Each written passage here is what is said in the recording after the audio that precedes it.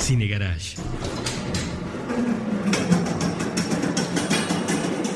Aquí cabe todo el cine.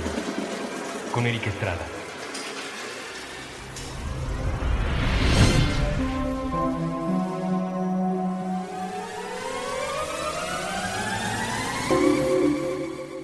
Puentes.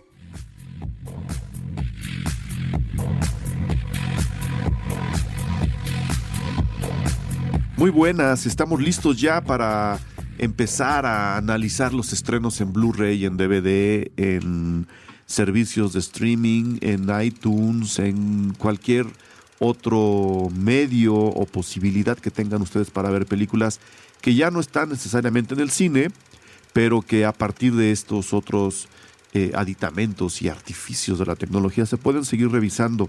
Es decir, estamos empezando una emisión más del famoso retrovisor de Cine Garage, el programa en el que volteamos un poco hacia atrás, a veces mucho, a veces a distancias más cercanas, a veces en tiempos mucho más cercanos a nosotros también, para, insisto, hablar de películas o que se les pasaron, o que pueden tener, o que pueden revisar, o que está bien que conozcan si es que en algún momento se les escapó por ahí o simplemente no tuvieron el chance de ver la película por razones naturales. Por ejemplo, tuvimos un especial ya de Alien, una película que se estrenó hace 35 años y que evidentemente la gente que nació hace menos de 20 años pues no pudo ver en el cine, ¿no? De hecho, yo, que no nací hace 20 años, nací hace más, pues tampoco la he visto nunca en el cine. Pero ahora con las ediciones nuevas en Blu-ray se pueden apreciar estas películas de manera distinta y se pueden tener primeras experiencias muy interesantes. El caso de hoy no voltea tan hacia atrás. Es una película que se estrenó el año pasado. Es una de las películas que creo que inauguraron el verano cinematográfico de 2014 y que Cine Garage tuvo el gusto de cubrir prácticamente desde cero, porque a través de la distribuidora se nos hicieron llegar distintos materiales, que es un poco la historia que queremos contarles ahora, para hablar tan a profundidad como se pueda del sorprendente Hombre Araña 2, que ya está disponible en Blu-ray, en DVD, en iTunes me parece que también está, y seguramente Netflix la tendrá en algún instante cercano, y si no, por lo menos ya pueden salir a comprarla a su tienda favorita. Para el programa de hoy, le hablé a un entusiasta del cine que colabora amablemente en Cine Garage y que será invitado recurrente a varias pláticas que tengamos aquí en distintos programas, Hugo Corona. Hola. ¿Cómo estás, Hugo? Muy bien, por si les caigo mal, para que de una vez sepan por qué vuelvo a venir. Es culpa mía. No, pero está bien. No, está bien, no, y está bien caerle mal a la gente, no tenemos que caerle bien a todo mundo. No, oye, y comentando un poco esto de la cobertura que hizo Cine Garage al sorprendente Hombre Araña desde el principio, yo tuve la oportunidad de ir a ver el primer test que se hizo a los medios. No sé si recuerdas que Sony lanzó como una campaña en la cual sí presentaron el tráiler de manera global en distintos cines. Ajá. Y México estuvo incluido. Entonces a mí me tocó ir como parte de Cine Garage en aquel momento cuando Mark Webb y Andrew Garfield hicieron ahí como una plática en webcam, y estaba Emma Stone creo que en Japón, una cosa así, una locura. Y a partir de ahí empezó la cobertura de Cine Garage para esta película. Efectivamente, a partir de ahí Sony nos hizo amablemente, nos consideró en la lista de medios incluidos para ir difundiendo a veces avances, a veces películas, a veces pósters, ¿no? A veces pequeños clips de la película, mismos que todavía pueden encontrar en Cine Garage. Si ustedes en el buscador anotan por ahí Spider-Man o El sorprendente Hombre Araña 2 o Mark Webb, cualquiera de los nombres o palabras que puedan estar incluidas alrededor del sorprendente Hombre Araña 2, saldrán desplegados todos los videos y las notas y las fotos que hicimos desde un principio. A partir de ese primer lanzamiento ¿era un teaser o era un tráiler? Era el primer teaser, pero mostraron muchas escenas que todavía no estaban terminadas, ¿no? O sea, por ejemplo, había una versión de las escenas en la cual era el clímax, ¿no? Del personaje de Emma Stone, que quienes habrán visto la película ya saben de cuál se trata. Que además, hombre, ya podemos hablar de spoilers, ¿no? No, y además está en el cómic. Está en el cómic, que es algo que me reclamó mucha gente cuando fui a ver la película, que por qué se hablaba de la muerte del personaje de Emma Stone, que se llama Gwen Stacy. Gwen Stacy. Eh, Hay mucha gente, digo, ahí sí estoy de acuerdo, hay mucha gente que a lo mejor nunca siguió los cómics. A lo mejor se volvió fan. yo no seguí por los ejemplo, cómics. no, por ejemplo. Y al final de cuentas no conocen la historia del sorprendente hombre araña en este caso, y que no sabían que sucedía eso, ¿no? Entonces, a lo mejor para muchos es un spoiler, y es un spoiler bastante grande, Sí, pero que a final de cuentas pues ya tiene un año. exacto. O Ya sea, estamos ya- hablando de la edición en DVD, en Blu-ray. O sea, Sí, ya se vale, ya no se ¿no? vale reclamar más bien. A eso me refería No. yo, que ya no se vale reclamarnos si estamos hablando de la muerte de algún personaje. Cuando además yo creo que, tomando en cuenta la importancia que puede llegar a tener la película, yo sí la considero una película entretenida, ahora nos detendremos en ello, pues podría ser una especie de punto de venta de la propia película. Es decir, tú puedes tener o puedes ver o puedes checar la película en donde muere uno de los personajes protagónicos. Número uno. Número dos, a mí se me hace interesante una película donde muere un protagónico en un momento del cine donde nos cuidan de ese tipo de disgustos. Que es algo que habíamos platicado también ya en alguna ocasión, ¿no? Marvel, por ejemplo, yo creo que lo que le falta es justo eso, una muerte Exacto. importante dentro del ciclo, bueno, dentro del universo que está creando Disney, ¿no? O sea, a final de cuentas en X-Men ha pasado, ahora pasa en el sorprendente Hombre Araña, que a final de cuentas lo que hacen es darle un nuevo giro al mismo personaje para Sí. las películas venideras. Claro, y por otro lado, dotarlas un poco de realidad, ¿no? Porque si no, pasa un poco lo que ocurría con Superman, que dices, bueno, si a este nunca le va a pasar nada, ¿para qué Sí. estoy viendo la película? No, y al final de cuentas, ¿a quién mata? ¿No? O sea, Emma Claro. Stone es una de las estrellas más grandes que hay ahorita en el cine. Y me recuerda un poco a cuando Wes Craven mató a Drew Barrymore al principio de Scream, Sí. ¿no? Que fue como, ay, es que ¿cómo la va a matar? No, pues claro que la matas porque al final de cuentas ese es tu gancho. Claro. Y creo que digo, regresando un poco en el tiempo, la primera vez que vimos el primer avance de esta película, era muy curioso ver las escenas que nos estaban enseñando, que al final de cuentas nos enseñaron el final Exacto. de la película desde el principio. Y el final, no solo el final, sino la muerte que cierra ese final. Porque Ajá. el final tiene como varias partes, ¿no? ¿No? Pero, o sea, entonces nos enseñan el final y gracias a ese final sabíamos también que ya venían una nueva saga de películas Sí. a partir de eso. Y sin embargo, mucha gente, entre ellos me incluyo yo, fuimos a ver la película emocionados y nos dimos cuenta que todo el tiempo nos estuvieron engañando. Nos estaban contando una historia que ya nos habían contado en el tráiler. El proceso de mercadeo de esta película fue muy particular. Como dices, empezó con el lanzamiento de un teaser trailer, de un tráiler con trozos de película que todavía no estaban terminados, y luego prácticamente abarcó todo el mundo, ¿no? Como dices, unos estaban en Japón, otros estaban en Londres, otros estaban en Nueva York, y la promoción fue como exageradamente global, y lo digo en el mejor término de la palabra. Yo creo que la idea era justo darle un poco de universalidad a la película, universalidad geográfica, ¿no? Que la famosa ciudad donde se desarrolla todo podría ser Nueva York o podría ser Tokio, si uno quisiera, ¿no? No, y al final de cuentas, o sea, el elemento sorpresa dentro de todo esta mercadotecnia siempre estuvo ahí, porque igual mucha gente en el momento en el que muere Gwen Stacy, o sea, tú escuchabas en la sala Sí, y nadie hablaba, ¿no? O sea, la función de prensa que hubo aquí en México, que se hizo en una pantalla IMAX, o sea, no, estaba todo el mundo viendo, y de pronto... Y eso era lo impresionante. El pequeño suspiro. Mira, para que eso pase en una función de prensa, Para que guarden silencio. para que se ¿no? callen De los entrada. amigos de la Sí, prensa, entonces, número uno, para yo que de le hecho- entiendan a la película, número dos. Y yo, de hecho, estaba sentado al lado de Carla Guerrero, que ahora está Ajá, en Paramount. ahora está en Paramount. ¿No? Y justo era lo que me decía, era como de, ¿y sí pasó? ¿No? O sea, como que era de a ver, momento.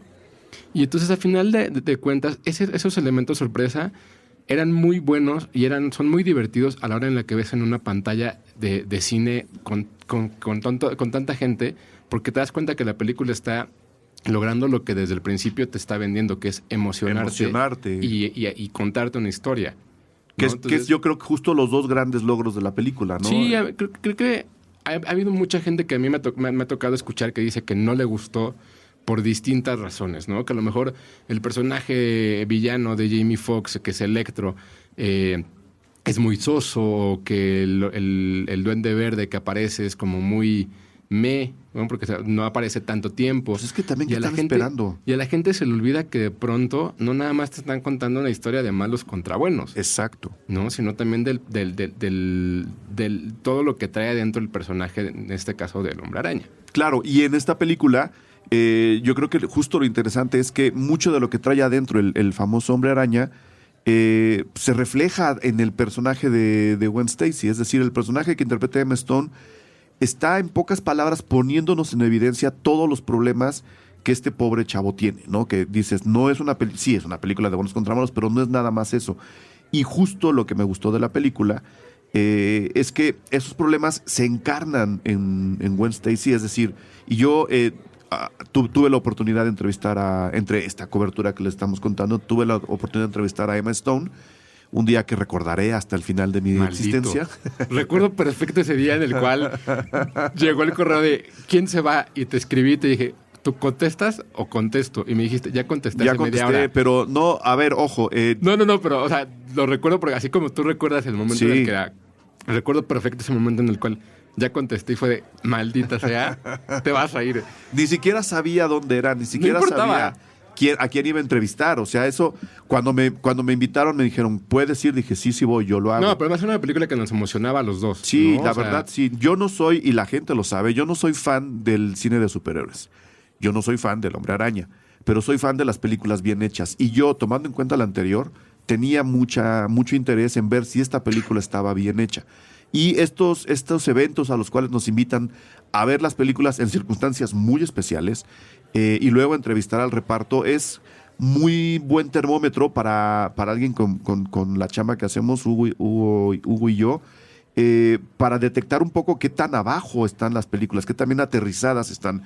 Y yo le tenía mucha fe a la película, por eso fue que así, usando el democrático. Usando el ¿cómo le llaman?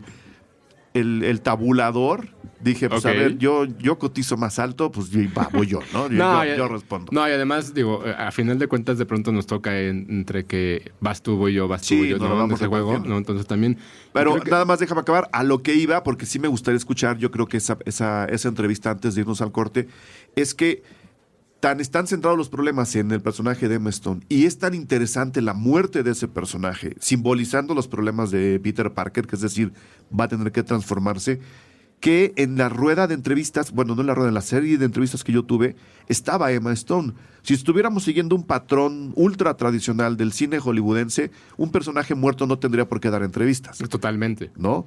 Bueno, obviamente están queriendo evitar que se disipe el rumor de que el personaje está muerto. También es cierto, pero lo que quiero comentar es que a pesar de todo, Emma Stone estaba muy entusiasmada de contar su experiencia en la película, obviamente sabiendo que su personaje muere al final, ¿no? Y la entrevista creo que lo deja muy claro. Primero, le pude preguntar qué tan difícil le ponía su personaje las cosas a Peter Parker.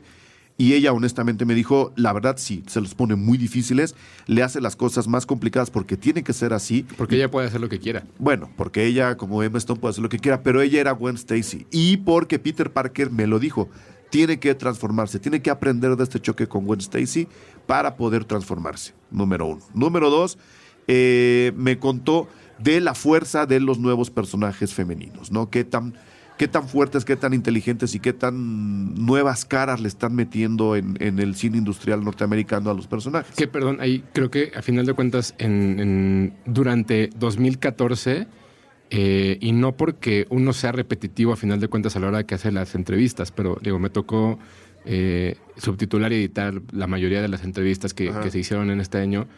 Esa pregunta la hiciste como 4 o 5 veces. Sí.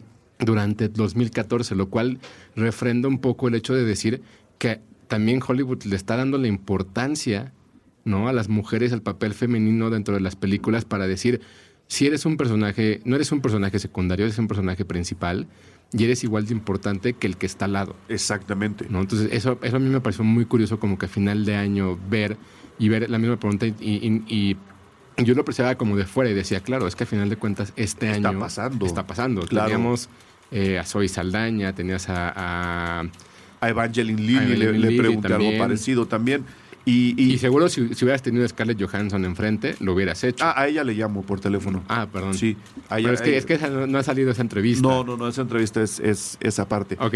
Y bueno, obviamente repetí la entrevista porque es un tema que me interesa, ¿no? Y la primera persona que la respondió este año fue amablemente Emma Stone, a la cual le enviamos un saludo. Muy buena amiga de Cine Garage. ¿Le preguntaste? En París. Se lo pregunté en París. Ahorita hablando de la globalización. Sí, fue muy raro porque el junket al cual nos invitaron se realizó en París a escasos, creo que menos de un mes de que se estrenara la película, ¿no? Entonces, sí, fue un mes. Uf.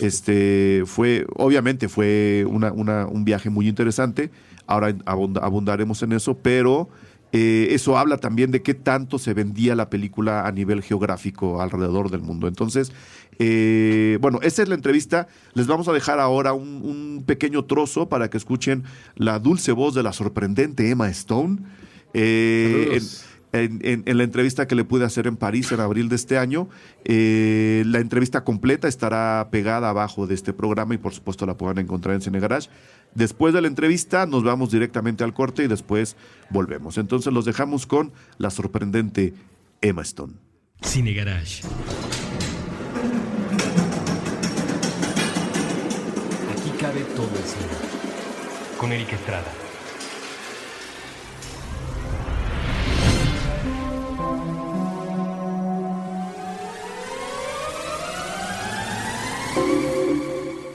She makes it hard for him? Mm-hmm. I mean, I think his feelings for her make it hard for him, but I think if he were able to just kind of let go and accept that she wants him to be whatever he is, I think it would make life easier for him. But that's part of the torture, is that he feels the need to protect her and to stay away from her in order to keep her safe. So, yeah, I'm sure it makes it hard for him, but only in a loving way. Definitely. Striking the right balance is key, and that's, I think, what Mark is so great at, and what made him such a great director for this.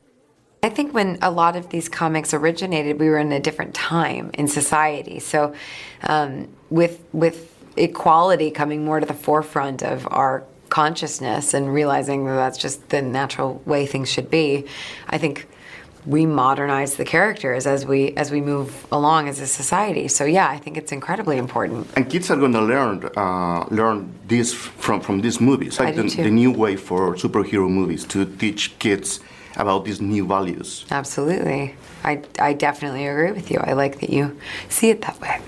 I loved the score of the movie, and I thought it was so cool in the Max scene in Times Square.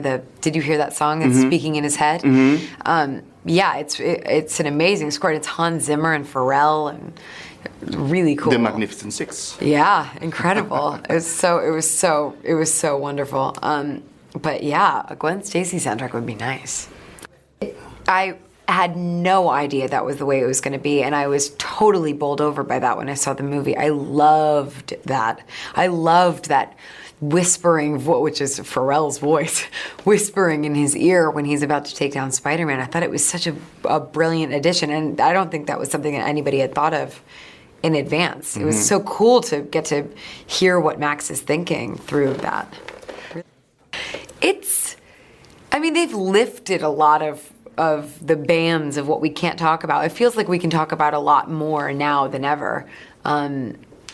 It's sort of a full disclosure marketing mentality, I think. But there are certain elements that we're still not talking about. It can be hard, dancing around what you can and can't say. But it's also kind of fun because it feels like you're dodging little landmines the whole time. Well, thank you very much for the interview, Ms. Stone.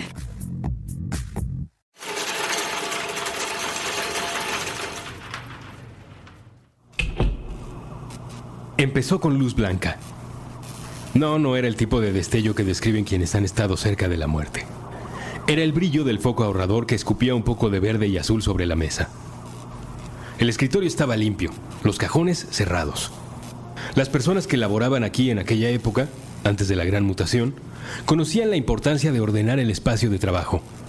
De modo que al salir, por las noches, dejaban todo en su sitio. La madrugada de un día hábil, minutos antes de que la ciudad volviera a la batalla de supervivencia. El relato se vuelve confuso en la siguiente escena, pues como ocurre con leyendas de este calibre, distintos protagonistas aseguran haber tenido la idea primigenia. Una versión dice que cansado de ser golpeado con prisa toda la semana, cada semana, el teclado lanzó el primer sonido.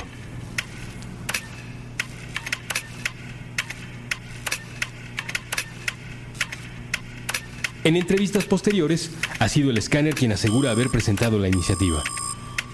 Lo importante, como pasa con las colaboraciones, fue que sucedió. Y desde entonces, la realidad es distinta. Dos marcadores fluorescentes decidieron unirse al acto golpeando su cabeza con la superficie del escritorio. Una computadora quiso aportar la tonada de su cerebro encendido en repetición. Tímidas, las cajas de archivo muerto preguntaron si podían unirse. Mostraron lo que eran capaces de hacer cuando tallaban sus barrigas contra el suelo. Los clips se adelantaron hasta la boca abierta del bote lapicero. Una vez juntos, empezaron a saltar. Y aunque les costaba la vida, las hojas de archivo muerto se partían a la mitad para sumarse al sonido.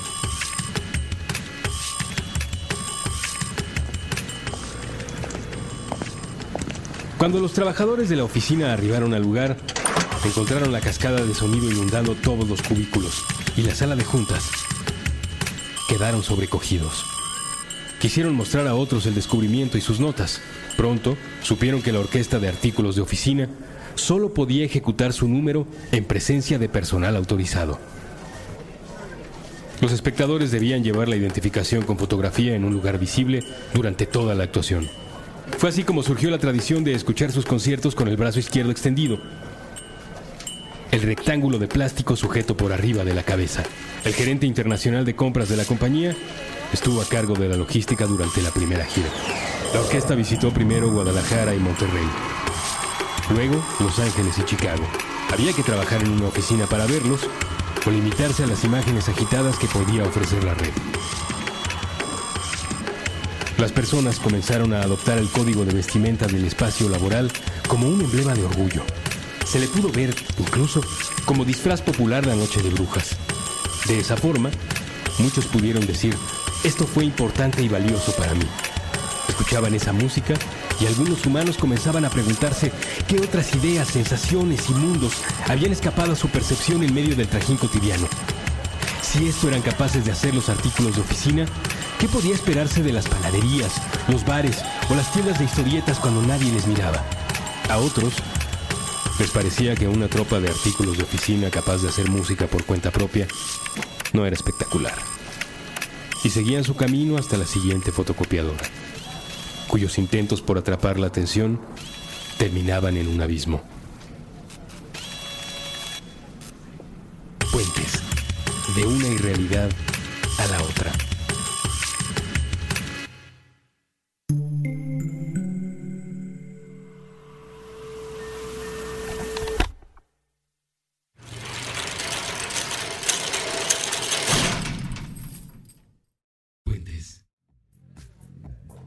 Y entonces, como decía Eric, la entrevista de este año no fue este año, no estamos fue en este 2015, pero la verdad es que ya me regañaron.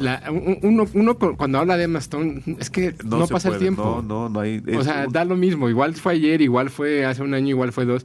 Como lo dijiste, es como si recuerdas ese día como si hubiera sido ayer. Exacto. Yo creo que ese es el problema. Creo ¿no? que desde ese día no se ha puesto el sol no ha habido noches en mi vida. No, además es padre ver cómo una actriz que está haciendo cosas importantes. Ahí está, por ejemplo, su trabajo en Birdman. Una actriz que está trabajando con directores muy interesantes. Ahí está su película con Woody Allen, por ejemplo. Para que no digan que a lo mejor este programa es grabado y no es realmente del 2015, hoy se anunciaron también los BAFTA. Los premios, las nominaciones al BAFTA. Sí, entonces ahí está justo Emma Stone, y que a final de cuentas, una de las cosas interesantes de la entrevista que yo veo a la hora ahora sí que a la hora de verla en video, es lo amable que es. O sea, es como súper, es muy amable. Es Emma Stone, o sea, como su personaje, y no lo pierde. No, pero además ves que es sincero. O sea, tú luego te das cuenta cuando las actrices están siendo amables porque están trabajando, que están en todo su derecho, no tienen ninguna obligación de ser amable con nadie. Pero ella tiene además como esta bonomía. Es una muy buena persona. Se ve que la chica lee, ¿no? Se ve que la chica lee mucho, eso siempre se agradece. De eso, obviamente, a uno lo presentan, para que la gente que no sepa, los famosos junkets son concentraciones que se hacen del grupo de prensa para primero ver la película y después tener entrevistas. En el caso de Cine Garage, 1 a 1, frente a frente, la entrevistábamos solamente ella y yo, y por supuesto un gran grupo de técnicos que no nos dejaron platicar más de 7 minutos. Que bien podrían estar grabando una película pornográfica. Por supuesto, ¿no? Sí, no, eso ya... Uno tiene que ser profesional. La imaginación vuela, no podemos llegar tan lejos. Pero en estas entrevistas, pues bueno, mucha de esa gente necesita a veces fingir. Ella estaba tan a gusto con su papel, con lo que había hecho en la película y con lo que estábamos haciendo ese día, que era además un junket muy corto, no había tanta prensa presente, que pudimos platicar un par de minutitos antes, y te digo, se ve que la chica lee, ¿no? Se ve al lado del sillón donde ella estaba sentada, había un par de periódicos. O sea, te habla de una chica que está trabajando con la mejor de las intenciones. Claro. Y eso siempre se agradece. Que si ustedes ven un poquito más abajo de la entrevista de Emma Stone, van a encontrar también una con Andrew Garfield y con Jamie Foxx. Incluso Andrew Garfield se ve incómodo a la hora de estar contestando las preguntas. Cansado, diría yo. Tal vez, exacto. O sea, tal vez en el sentido de que ha estado todo el día haciendo entrevistas o lleva mucho tiempo trabajando, y a ella se le ve bien. Sí. ¿No? Creo que eso es interesante. Nada más, antes de seguir, les contaría un poco lo que ocurrió con la entrevista de Jamie Foxx antes de escuchar un poquitito. Quizá escuchemos un poquito, vamos a ver si nos da tiempo.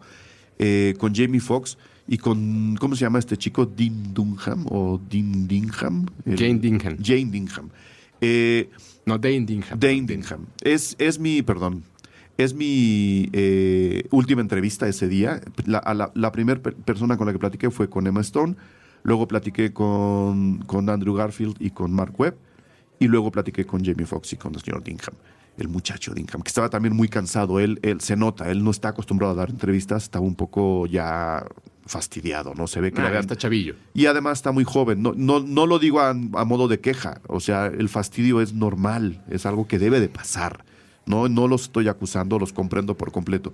Era la última entrevista de ellos, era mi última entrevista, y saliendo de la entrevista con Mark Webb, me dice la gente de Sony, oye, dice Jamie Foxx que ya no puede, que no te puede dar la entrevista. Le dije, no te preocupes, yo entiendo, no hay ningún problema. Yo soy el editor del medio, yo te digo que si no hay entrevista no pasa nada, ¿no? Tengo otras 2, se puede sacar de ahí el trabajo, dile que no se preocupe. Y él, con la puerta abierta del cuarto donde estábamos platicando, medio escucha y le pregunta quiénes son, de dónde, con quién sería la última entrevista. Y ella le dice, Cine Garage, México. Y él dijo, México, perfecto, si es México, que entre, que pase. Y él salió, me metió al cuarto, salió, me dio la mano, me sentó a mí y dijo, la última entrevista es para ti, siendo México, yo no tengo ningún problema. Y ahí fue que empezó nuestra plática. Cine Garage.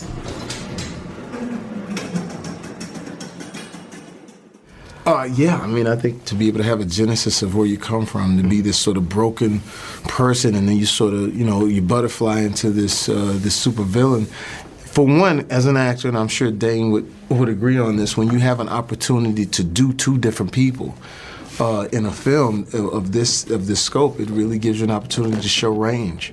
Yeah, absolutely. You know, like as an actor, that's such a treat to be able to play a human being, not just play a good guy or a bad guy, and to have the whole journey that you go on, and to really understand where are these people coming from. You know, why did they end up the way they ended up? I think that's where the lessons are told. You know, and that's what makes it fun as an actor to play these parts.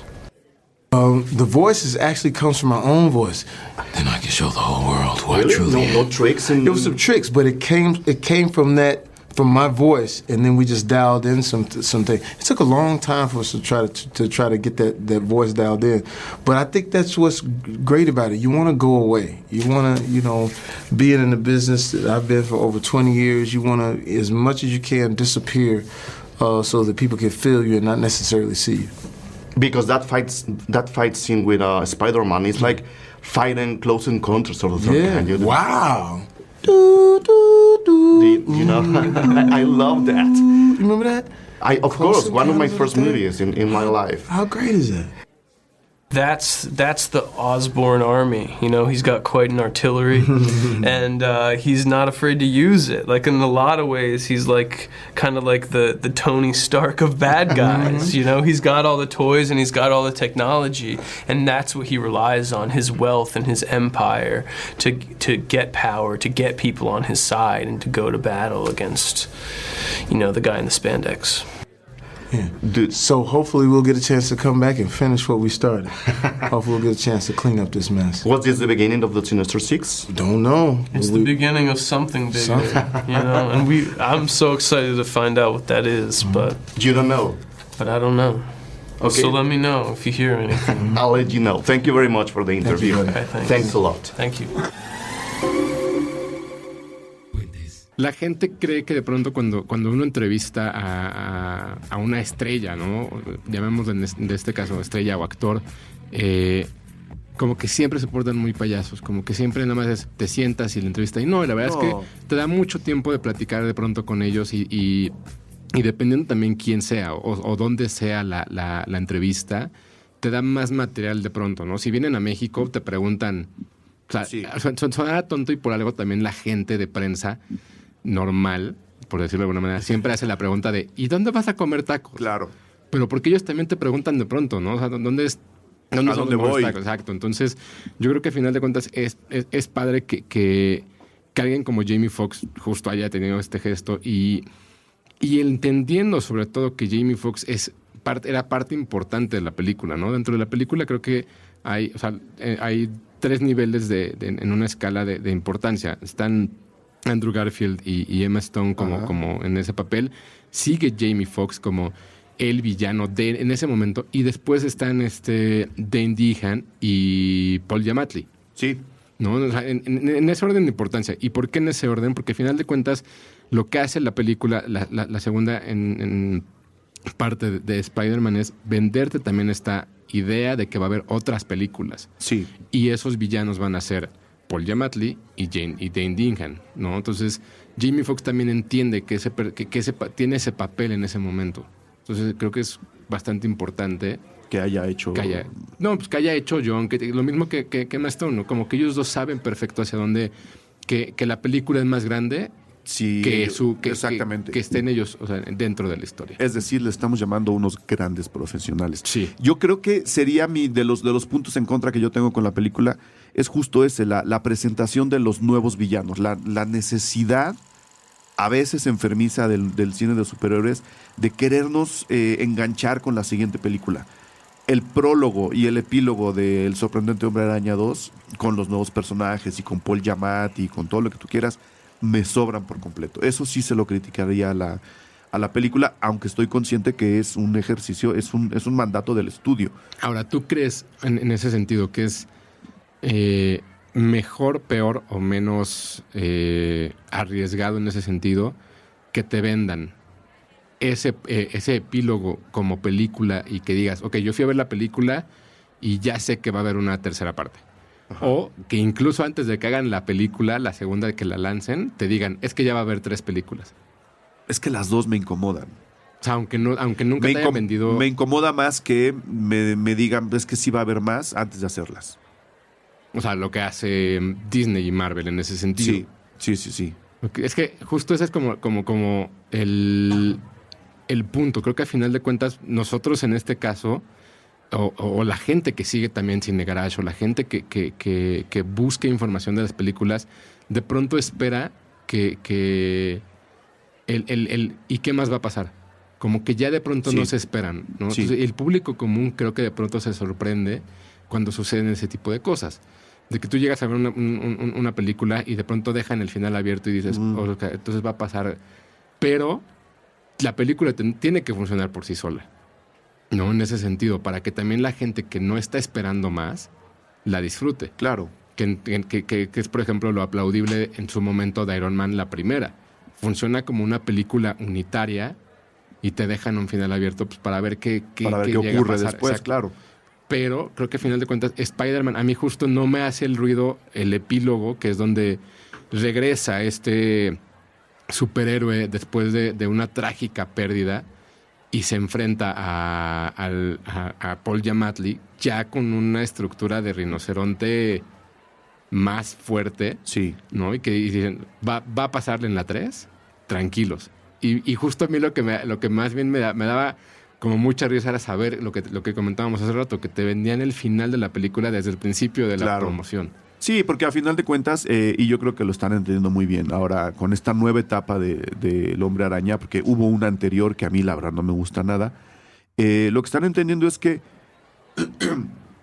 no necesariamente importa lo que cuentes, sino cómo lo cuentas, ¿no? Que es a final de cuentas el corazón del cine. Nadie está inventando historias nuevas. No, y creo que a final de cuentas Mark Webb, que es un director que trabajó mucho tiempo en videoclips, él hacía videoclips de My Chemical Romance y de estas bandas emo, ¿no? Emocionales en este sentido, entiende perfecto. O sea, lo platicábamos cuando salió la primera de Spider-Man, que tiene un momento en el cual está Peter Parker con una patineta y en la música suena Coldplay, que dices, no, es que ningún escato vas... No, a ver, ninguna persona que haga skate o no, probablemente escuche Coldplay, pero a lo mejor un adolescente de 16 años que tiene problemas para enamorar a su chica, lo escucha. Y entonces él entiende perfecto la manera en que el personaje de Spider-Man adolescente funciona, ¿no? Entonces, y yo creo que aquí lo muestra mucho mejor que en la anterior. No sé si te diste cuenta, hay muchas... Porque es más maduro, ¿no? O sea, Peter Parker hasta cierto punto tiene un poco más de edad y lo muestra nada más como con cosas en el cuarto y de pronto...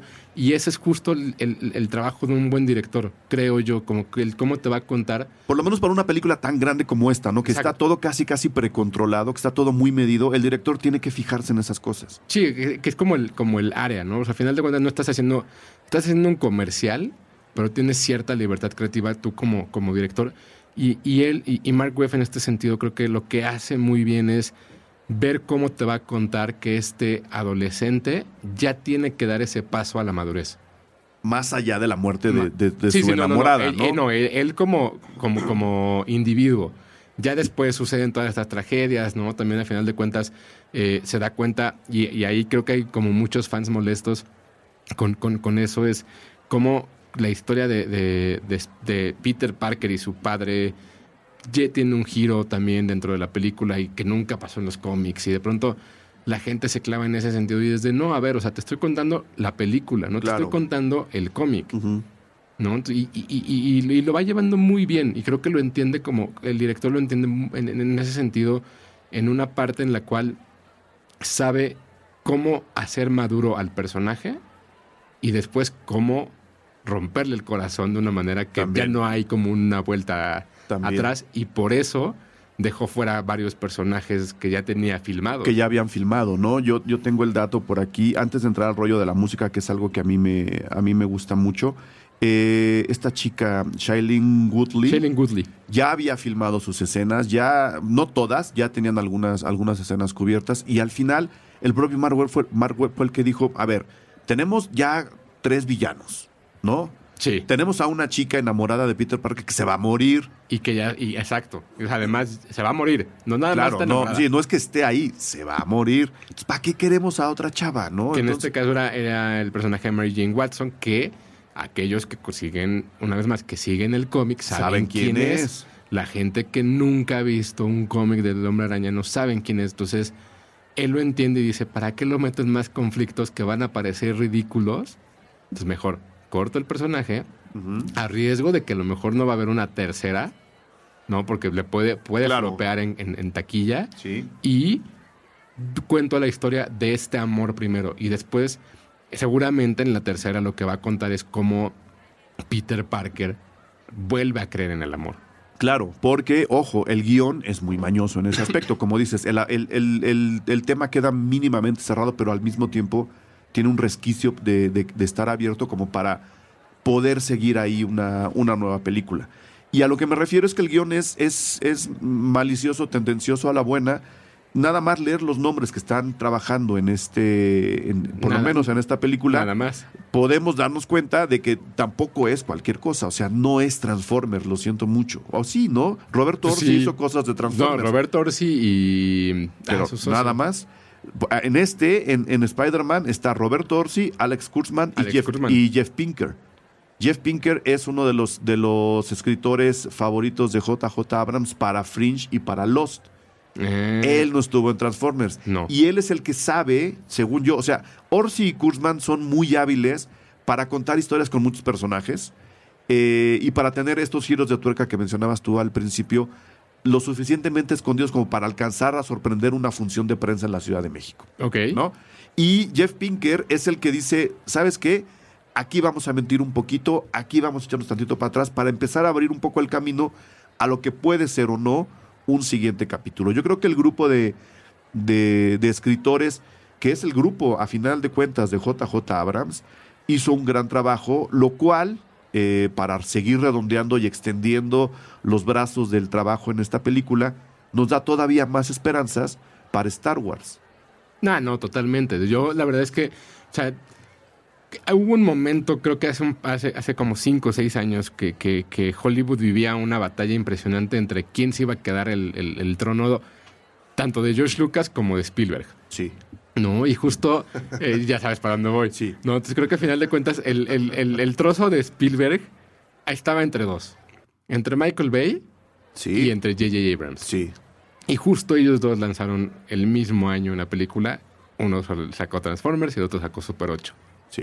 Y ahí fue donde todo el mundo... Ahí se decidió. Ahí se decidió. Porque- O sea, ese era el año. Porque Super 8, que es una película que yo creo que algún día tenemos que comentar en un retrovisor, es la película más de Steven Spielberg en la cual Spielberg no tuvo nada que ver. Pero nada. Nada. No, nada más fue productor ejecutivo y de la misma manera funcionó en Transformers 2, que si dices, o sea, no es posible de verdad que vengas de hacer Transformers de la manera en que le hiciste y termines haciendo la 2 así. Sí. Y yo soy muy fan de Michael No, Bay. yo entonces, lo sé. No. No, igual yo sé que tú sabes. Sigue en tu avatar de Twitter la foto con Michael Bay. No, con Jerry Bruckheimer. Ah, bueno, es con Brockheimer. Qué Es bueno. no me acuerdo si es de Twitter. Es Michael Bay, pero en carretera. Pero en productor. No, bueno, ya. La misma plática de siempre. No, entonces yo creo que a final de cuentas, J.J. Abrams tiene su grupo, ¿no? Tiene su equipo creativo que mueve para distintos lados. Y Roberto Orci y Alex Kurtzman, al final de cuentas, eran un gran dúo de guionistas. Ya se separaron, ya cada quien va a buscar como sus proyectos y está padre.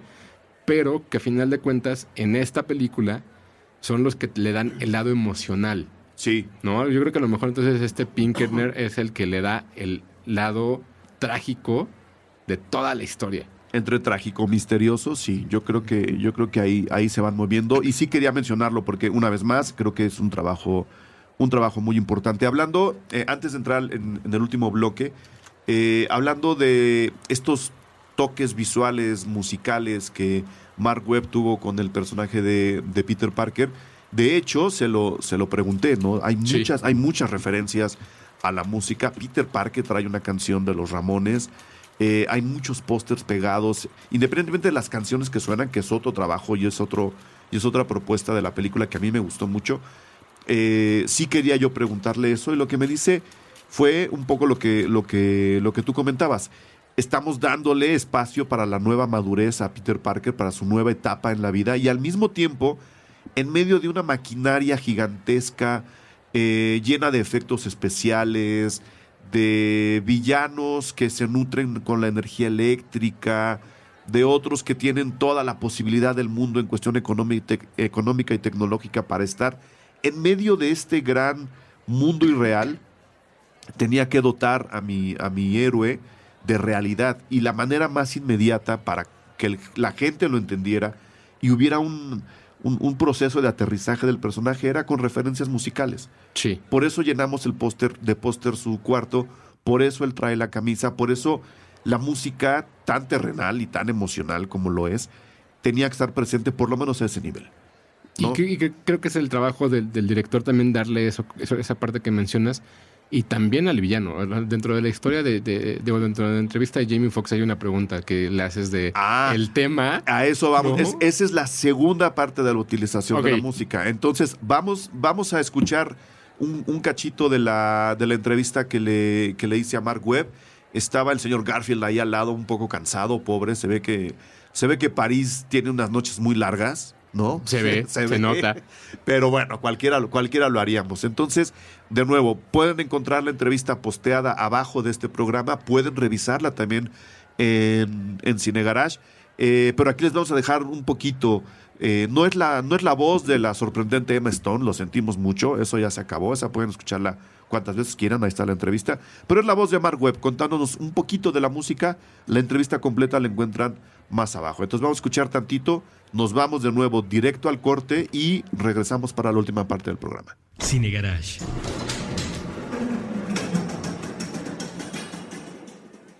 Yeah, I think there's a part of Spider-Man that's built into his DNA, like the spider, but there's something childlike about him. There's something kind of punk rock and irreverent and playful about him that I think kids especially really appreciate and enjoy.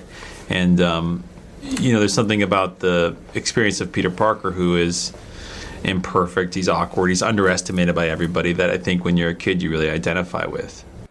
We wanted to solve the mysteries that we set out for ourselves in the first movie, and there's a lot of tension in the relationships with the different characters, and particularly with Aunt May, who's withholding something from Peter Parker in the movie. And he feels that, he senses that from the very beginning, like he wants to know those answers in the same way that the audience wants to know those answers.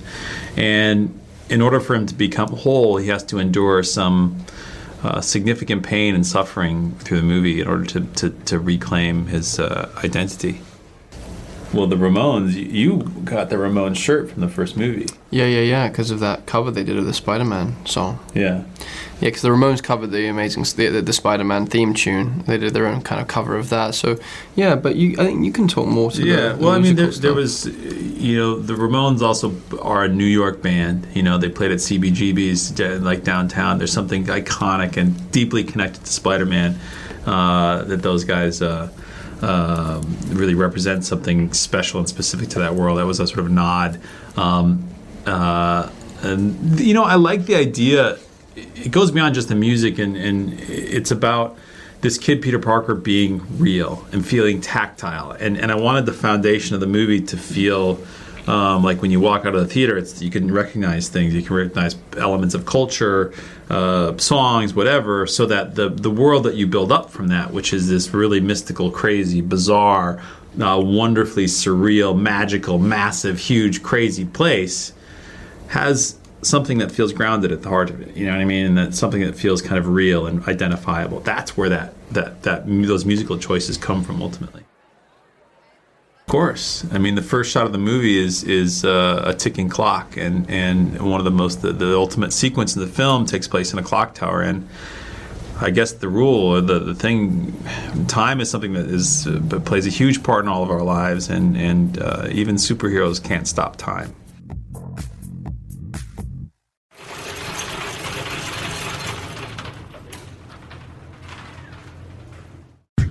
Hemos tenido la disparatada, nefasta, rebuscada, nebulosa, anacrónica, ilógica, absurda, irracional, romántica, terca, inaudita, arrebatada, necia, infundada, desatinada, indefendible, chocante, inútil, anacrónica, radical, insostenible, inocente idea de que el mundo puede ser diferente. Pues Puentes.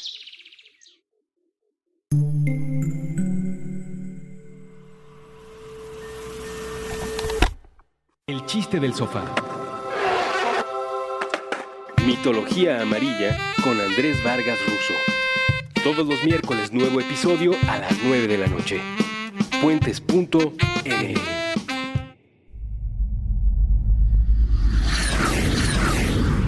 Intercambios horizontales. Puentes.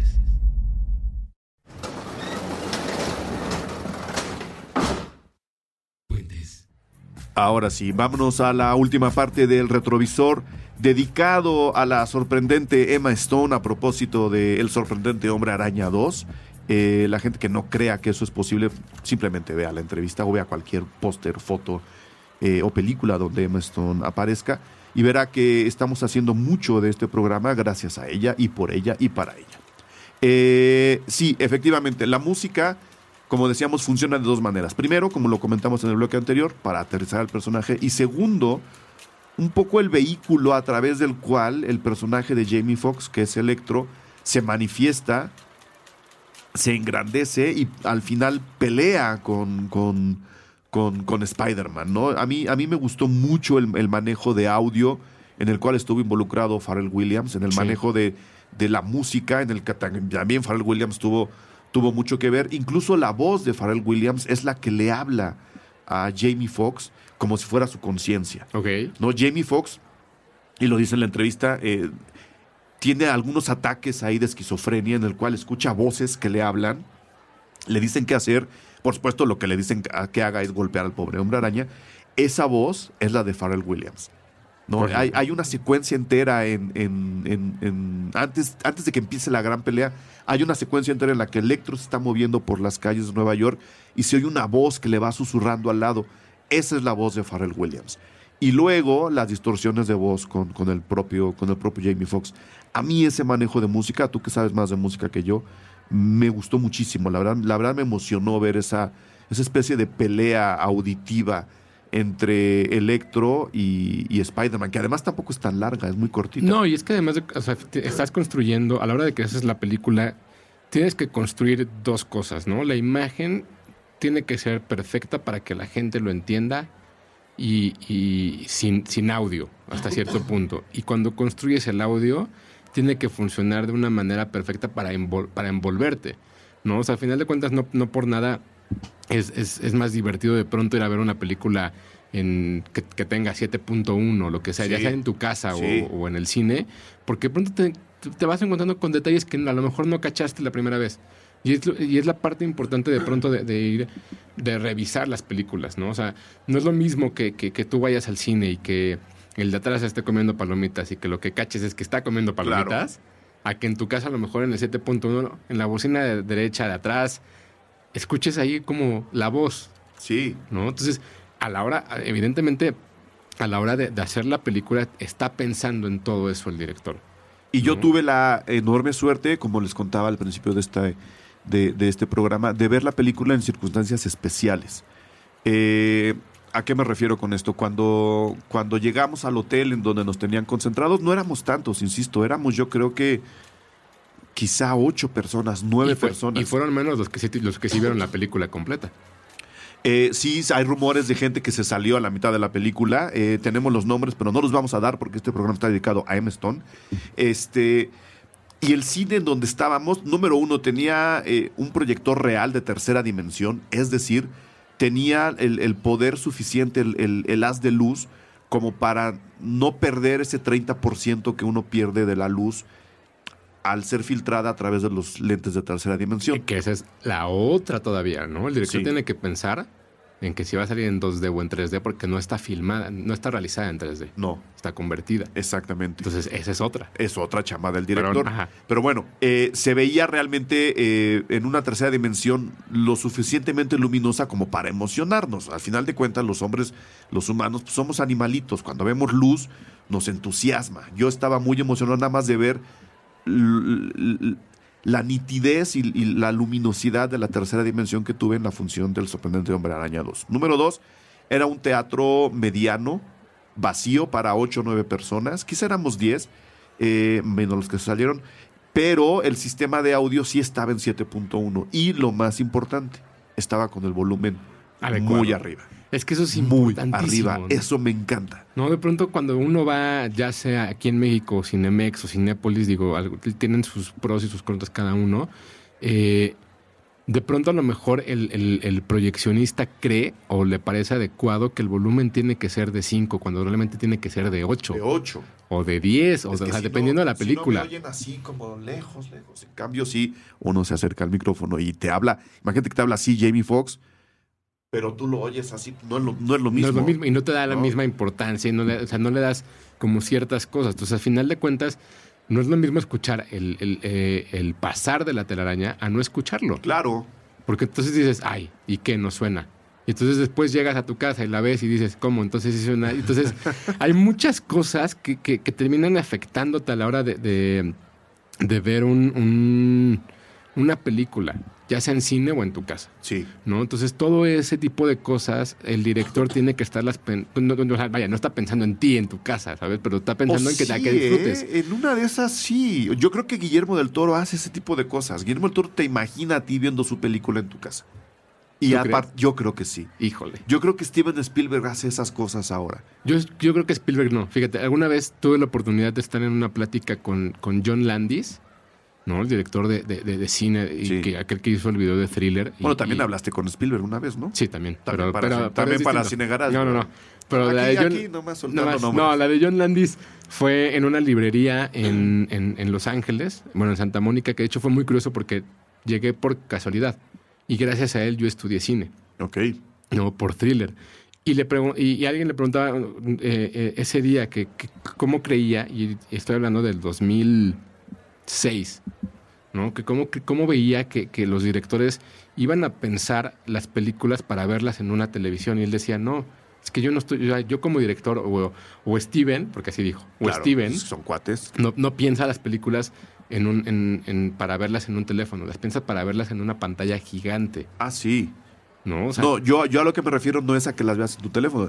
Yo me imagino a Spielberg imaginándome a mí viendo en mi buena pantalla de televisión con mi buen sistema de audio una película que él filmó hace 20 años. que entonces gente no compra en piratería. Exactamente. No, porque de ahí viene. Exacta. Esa es la idea final de no comprar piratería. Un disco pirata jamás va a tener la calidad 5.1. Si es que ustedes tienen un 7.1, pues bueno, un 7.1. ¿Y de qué le sirve tener una pantalla plana de 47,000 pulgadas Si no van se va a ver bien. No, y si van a comprar una película que ni se va a ver, ni se va a escuchar bien, ni nada. Exactamente. ¿No? Entonces creo que al final de cuentas el director tiene que pensar en todas esas herramientas. La música es un elemento principal, el sonido, todo tiene un porqué. Y no nada más es lanzar una película por lanzarla. No. Y a la hora de que tú vuelves a ver el sorprendente Hombre Araña, te das cuenta que Mark Webb, por ejemplo, ya pensó que en la película ya vimos a los 6 villanos que van a presentar en la siguiente. Sí. Pero no nos dicen quiénes son, nada más nos enseñan a 2. Pero que si tú ves la película las suficientes veces vas a entender quiénes son los otros 4. Ok. ¿No? Y si dices, pues qué tramposo, porque entonces no me estás contando 3 películas a la vez. Pues es un poco la idea de las películas de superhéroes, ¿no? Claro, y eso es importante también a la hora de ver qué tan tramposo puede llegar a ser un director y tramposo en el buen sentido de decir, ok, o sea, a final de cuentas el cine es magia y lo que estás haciendo es un truco de magia y te salió. Efectivamente, yo creo que El Sorprendente Hombre Araña salió muy bien. Es una película que me divirtió, es una película que volví a ver en México, o sea, no crean que, bueno, pueden creer lo que ustedes quieran, o sea, no les voy a decir nada, pero obviamente tuve que volver a ver la película, no quería quedarme con este enamoramiento de la primera proyección, no quería ver la película como la vemos siempre nosotros los mortales. Entonces, si me tuvieron entre algodones con un gran cine, con la promesa de ver a Emma Stone al día siguiente, no quería quedarme con eso, o sea, ya te habías enamorado de ella en París y querías volverte a enamorar de ella en México. Se puede, ella me lo pidió además, Pues ¿no? sí. Entonces, veme en México, pues obviamente la tenía que ver en México. Volví a ver la película y creo que sí, a lo que voy es que creo que sí cumple el cometido. Fue muy maltratada, como dices, por los fans, fue muy ignorada por la gente. Creo que parte de la incomodidad que representa la muerte de un protagónico, se nos coló por ahí. Estamos muy consentidos, creo que deberíamos abrir un poco más la vista a este tipo de cosas, en una película que además no pretende otra cosa que entretenernos, ¿no? Y que entiendan que a final de cuentas, una cosa es ir al cine y otra cosa es ver películas. No es lo mismo. No es lo mismo. No es lo mismo ir y comer palomitas y ver lo que quieras que ir, sentarte. Y no estoy hablando de ver una película de Wes Anderson o de Lars von Trier o de Michael Bay la que sea, es llegar, ver el cine como tiene que ver. O no se tiene. Se aprecia distinto. Se aprecia de manera diferente. ¿No? Y la gente creo que puede ver en el sorprendentemente Hombre Araña una película en casa que a lo mejor no vieron en el cine. Exacto. Y hay distintas versiones, ¿no? Está la versión DVD, está la versión de Blu-ray 3D y demás. Y hay una edición especial que sacaron a la venta que es un pequeño busto del Green Goblin. O sea, no del Hombre Araña, no de Gwen Stacy, no de Electro. No. O sea, hay una del Green Goblin y hay una de Electro. Yo le pregunté al chico Dean Campbell sobre el Green Goblin, sobre el ¿cómo le llaman ahora? El Duende Verde. El Duende Verde. A Dane DeHaan. Le dije, oye, pero tu personaje, ¿qué va a hacer después, no? O sea, ¿para dónde va? ¿Cómo va a caminar? Y me dice, no, tú te vas a enterar. Porque te lo dejan ahí. Sí, ahí se queda. Que fue un poco, ¿no? Entonces, hay como, después de que la película sale en DVD, hay otras opciones al momento de comprarlas y también tienen que pensar en eso. Claro. ¿No? En la edición que va a querer el nerd, que quiere tener algo especial, algo extra, no nada más quedarse con el DVD o con el Blu-ray. Y en el Blu-ray, cuando uno, o sea, yo en general siempre invito a la gente o comparto con amigos esta parte de, oye, ¿ya viste el documental de tal? Porque al final de cuentas, claro, los extras que te dan la película siempre son importantes porque te enteras de muchas cosas que de otra manera no. Que tampoco vienen de las copias piratas. Exacto. Los extras nunca vienen de las copias piratas. Pues no. Entonces ahí está otra consideración para que chequen la película. Los últimos datos, nada más para rematar. Ya hablamos de que Shailene Woodley desapareció. No sé si esas escenas estén en las ediciones finales. ¿No están? No, las guardo para la siguiente película. Ok. Bueno, considerar que si alguien tiene la película, pues bueno, ahí está la muerte de la famosa Gwen Stacy, ahí está la muerte de la sorprendente Emma Stone. Eso es razón suficiente para tener el disco. Se reinventa el personaje, pero ya entrando en la trivia encontré un dato raro. Es la producción más grande jamás filmada en Nueva York. O sea, Nueva York, que es una una ciudad que se ha vendido al mundo a través de las películas, a veces de manera muy turística, a veces de manera un poco más cosmopolita, nunca había tenido una producción cinematográfica tan grande en sus calles como El sorprendente Hombre Araña 2. Tienen Times Square, ¿no? Tienen toda la ciudad, tienen Times Square, tienen una central eléctrica, tienen no sé cuántas cosas. Ahí le falta el barrio Brooklyn o algo. Estaría bien, ¿no? A lo mejor está. A lo mejor a la siguiente se muda a Brooklyn. Ya ves que ahora está de moda. A lo mejor a la siguiente película Peter Parker se muda a Brooklyn. No. Y que a final de cuentas eso es algo que, por ejemplo, en México no entiende. Que hacer una película en una ciudad y que te den las facilidades para hacerlo es turismo. Sí. Es la manera de mostrar cómo es una pequeña ciudad, por decirlo de alguna manera, en una película que van a ver millones. Está pasando en la Ciudad de México, ¿eh? ¿Está empezando? Está empezando. Y Tijuana quiere hacer lo mismo, pero efectivamente deberías poder hacerlo en cualquier ciudad del país. Sí, no, podrías llegar y tal, y filmar, o sea, evidentemente con sus respectivos permisos. Claro. No, pero sí hacerlo. Y fíjate qué curioso. La parte que comentabas de cómo el personaje del Hombre Araña tiene que ser también terrenal, la plantan en Nueva York, la historia desde el cómic. Sí. O sea, sí es una ciudad que existe porque al final de cuentas el personaje de Peter Parker puede ser cualquier adolescente. Cualquiera de nosotros, que es lo que han dicho los fans toda la vida. Pues bueno, ahí está el programa de la sorprendente Emma Stone. Olvídense del Hombre Araña, compren el DVD o el Blu-ray nomás por Emma Stone. Y ya si les gusta el sorprendente Hombre Araña o el Duende Negro o Verde o Rojo o Rino, Paul Giamatti, quien sea, pues bueno, ya ese es el plus de su compra que podrán hacer a partir de este momento. Entonces, los dejamos ahí, nos vemos en el siguiente programa de Cine Garage, ya saben, lo pueden encontrar en puentes.me, igual que todos los programas de esta estación. Pueden escucharlos en línea, pueden descargarlos a través de Stitcher, la aplicación que amablemente los ayuda a llevar estos programas a través del tráfico o en el metro o en su bicicleta. Bueno, en la bici no, pero en el metro y en su coche sí.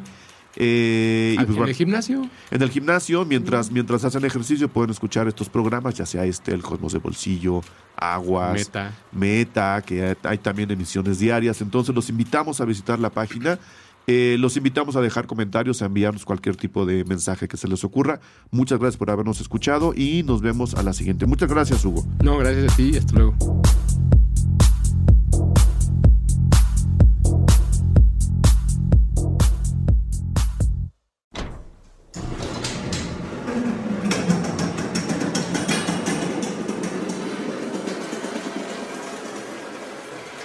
Aquí cabe todo el cine.